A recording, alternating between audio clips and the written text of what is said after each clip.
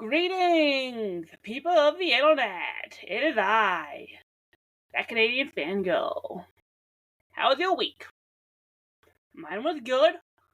Spooky October has been a month. It is immensely spooky, much like last week. Kind of fits with the topic of this is a great spooky watch, and we're gonna talk about Invincible. I talked about The Boys last week. Let's talk about the other superhero show on Amazon Prime that is a Dark Horse comic. Honestly, I like Invincible more than The Boys. I'm not sure if that's a hot take or not, but watching Invincible, man, it is so good. Anything I like about The Boys, I could say even more about Invincible. I like it that much. I'm so glad I got caught up. I watched the first episode when it dropped 3 years ago. I never went back, so I finally caught up on both seasons. Oh, what a start. Well, let's talk about the fact that it's a really compelling story. I love the story of Invincible way more than I like on The Boys. Maybe because, I don't know what it is. I feel like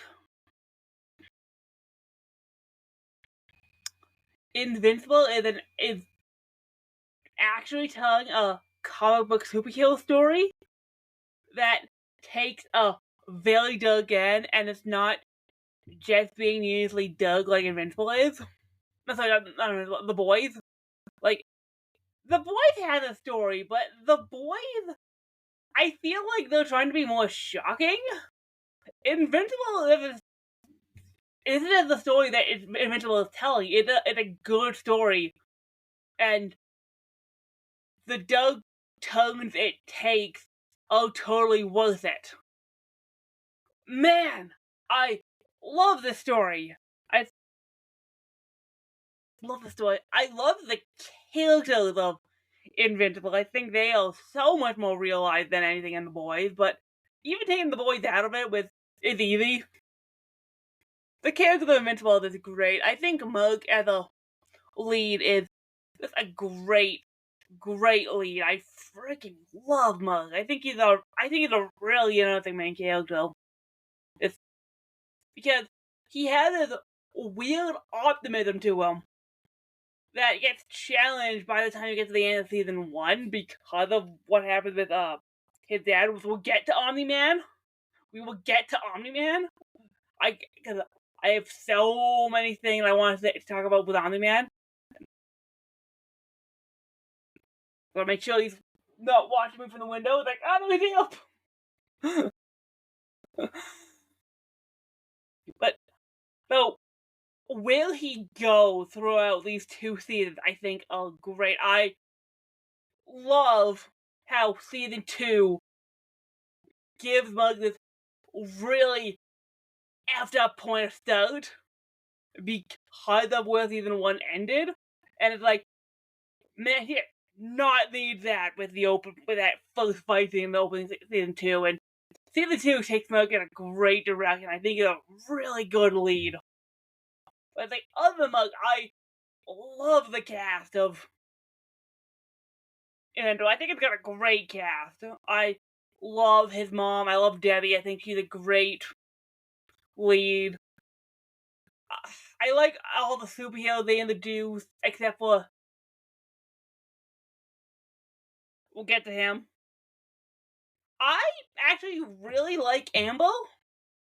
I know that was like a sticking point. I know a lot of people weren't a fan of Amber. I like her. I think in season 2 they give her more to do because I really like the relationship between Mug and Amber. I think they have a interesting dynamic. It's like, I don't know. I feel like giving her like, I don't know. Based on what they're doing, I don't know. Their relationship is like equal parts both of them. It's like, it's not all on her that little ignorant is weird. But like, I liked her. I think for what they had to do, for what she had to do, I think she and Mark handled the situation really well. I love her in season 2, and I don't get why Amber gets so much hate when. Oh, what's his name? Rex. Okay, Rex is it. Rex is by far the worst character in Invincible. I freaking hated him. He's such a douchebag. Like, by the end of the season 2, it's like, why don't they kill Rex? Like, he has done nothing to this show that has wanted to keep this dude around. It was like, and honestly, by the end of season 2, they want to do something with Rex. It was like, we'll see. He's been such a douche for like 2 seasons. Like, I can't get behind that guy. And it doesn't help that Eve by far is the best character in the show. I freaking love Eve.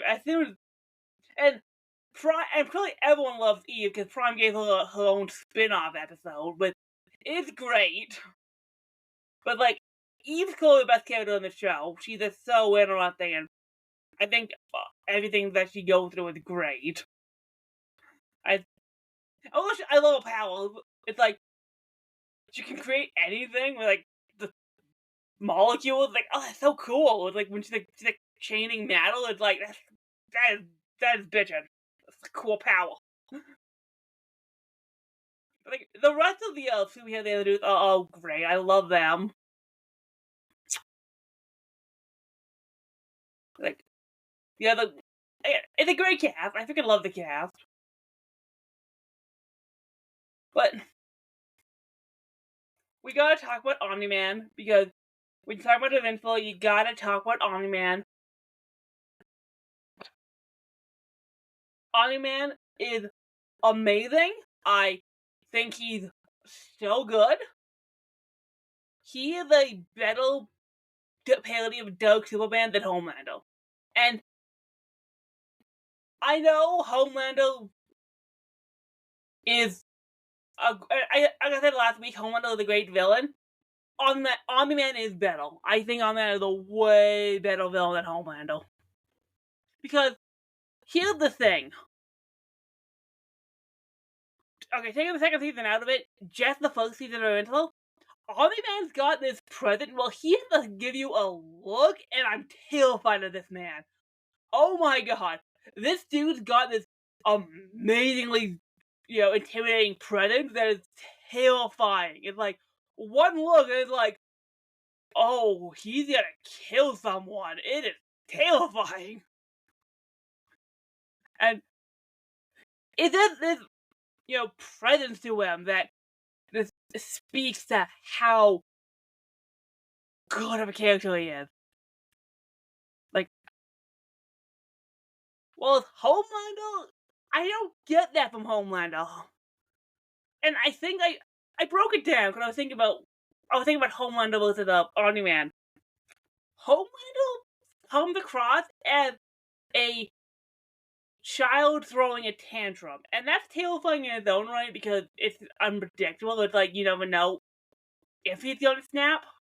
It's like, when he does snap, it feels more like he's a petulant child who is trying to get his way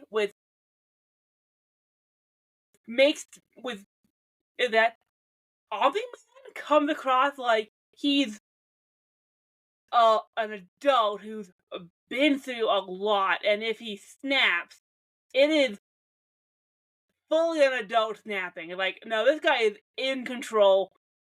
He has this guy is in control.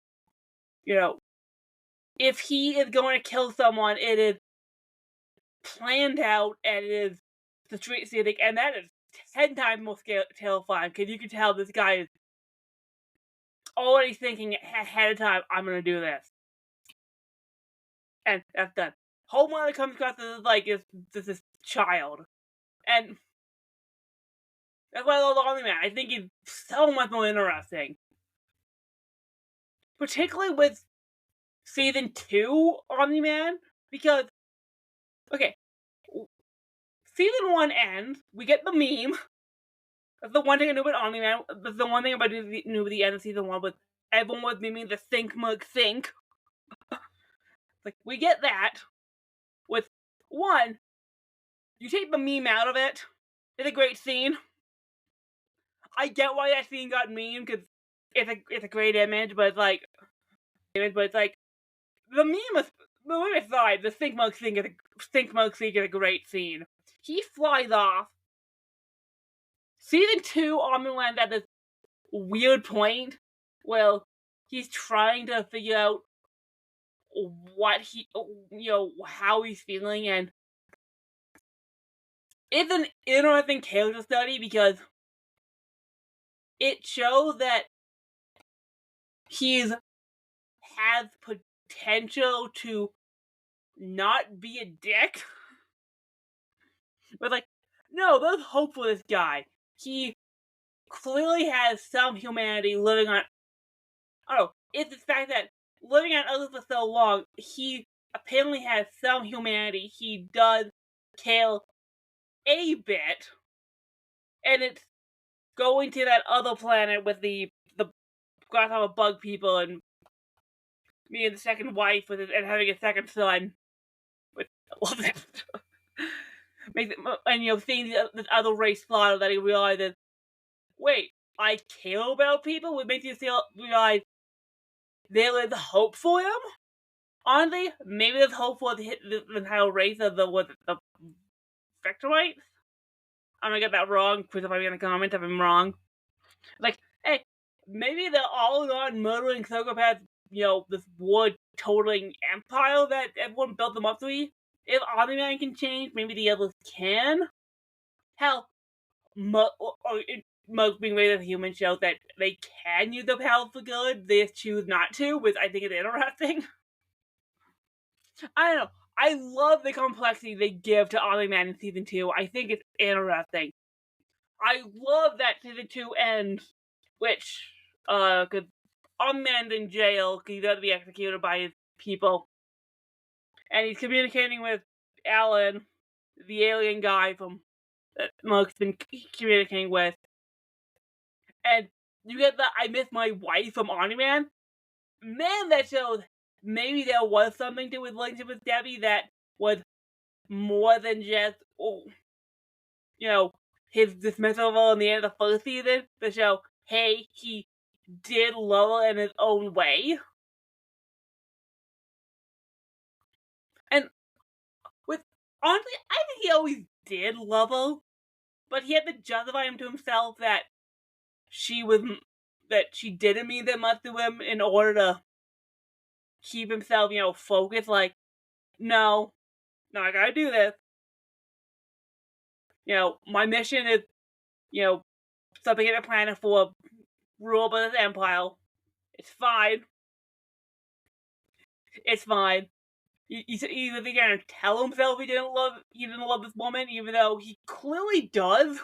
Because the entire first season, you realize, well, okay, most of that is clearly him, basically trying to make sure she doesn't suspect, which is still in his own right, because he's, making all these plans, when the attack in Italy thing, when the villain attacked, and he's just saying that calmly, he's like, I need you to trust me.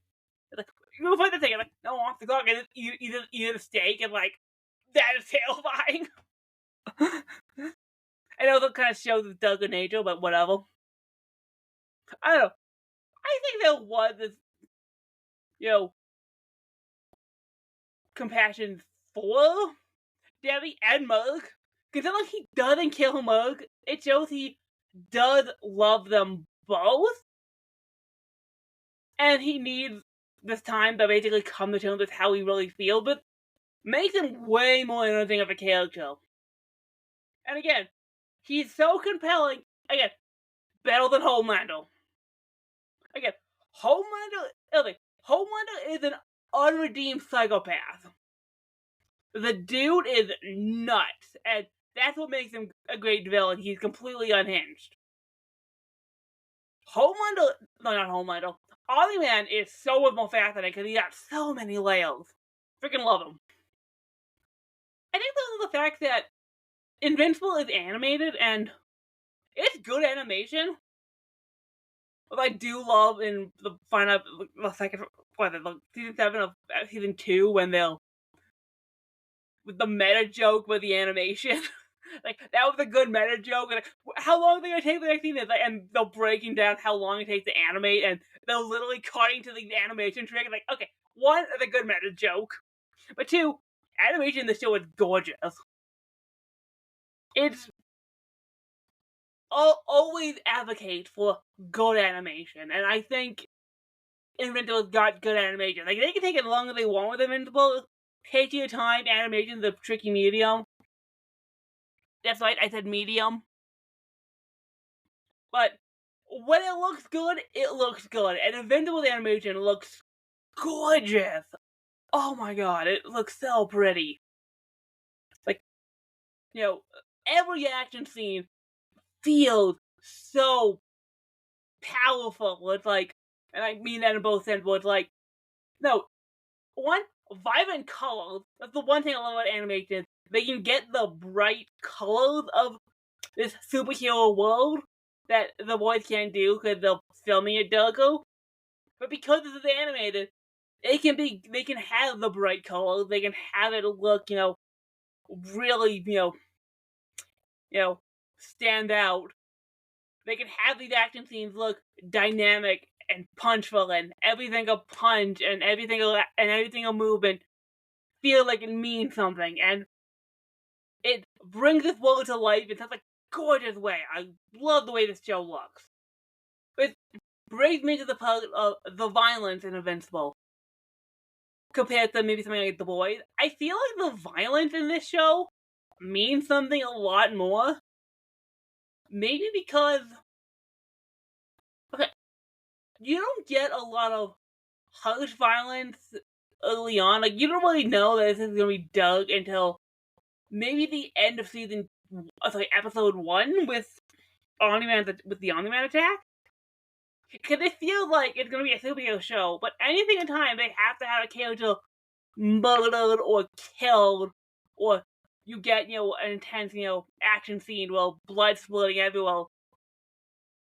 It feels like it means way more, because the violence doesn't happen every episode. You don't see brutal death in Invincible.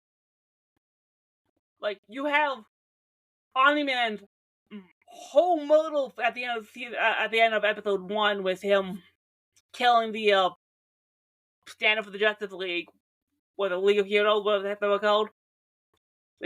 And one, that's a great scene because it just shows how intense it is, and again, a great metaphor for Superman of he's got all these powers, he can easily kill the Justice League. The fact that he doesn't speaks to Superman more than a character with nothing to appreciate Superman more, that he's not doing this versus the Justice League. So seeing that from Omni-Man was like, wow. Wow. But anything in time it happens in other episodes, they choose specifically which moments to highlight, and that makes the violence mean so much more, because I feel like, what's the word?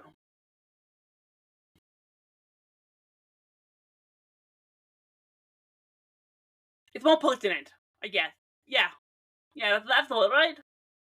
I guess it's the word one day. And like the big moments, and I feel like the violence sticks with you in Invincible way more than any of the violence in The Boys. Like, The Boys. Okay. The opening scene with A-Chain running to the girlfriend, it doesn't stick with you. Some of Homelander's killed. The plane scene. Homelander murking the dude at the end of season 3. The massacre at the end of Gen V. With, like, there's so much violence in The Boys. It's like, do you remember a lot of it? Invincible, it's like, I remember these chosen fights. Like, again, Omni-Man's big fight. The fight with Omni-Man and Mug at the end of season 1, is huge. They put so much out into it with, the destruction of Chicago, and then Omni-Man is wailing on Mug, almost, killing him. It's just so visceral and so raw. You just feel this is a heavy moment. And then in season 2, probably the best moment is the ending of season 2 with the villain they were building up for, like, the entire season with the guy with the portals. With, I do like that they tease the fact that the multiverse is, like, seems like them poking fun at how that everything is going, has, like, a multiverse thing. So you have this guy who had this power to, like, transpose other dimensions. And his vendetta against Mug with one, that final episode is great. Because one, there's some brutal action, but the moment that's great in that episode is, and I won't give too much away, but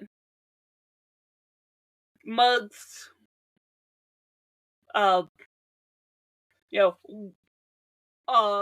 unrelentingly wailing on this guy, because he's upsetting his mom and his new brother.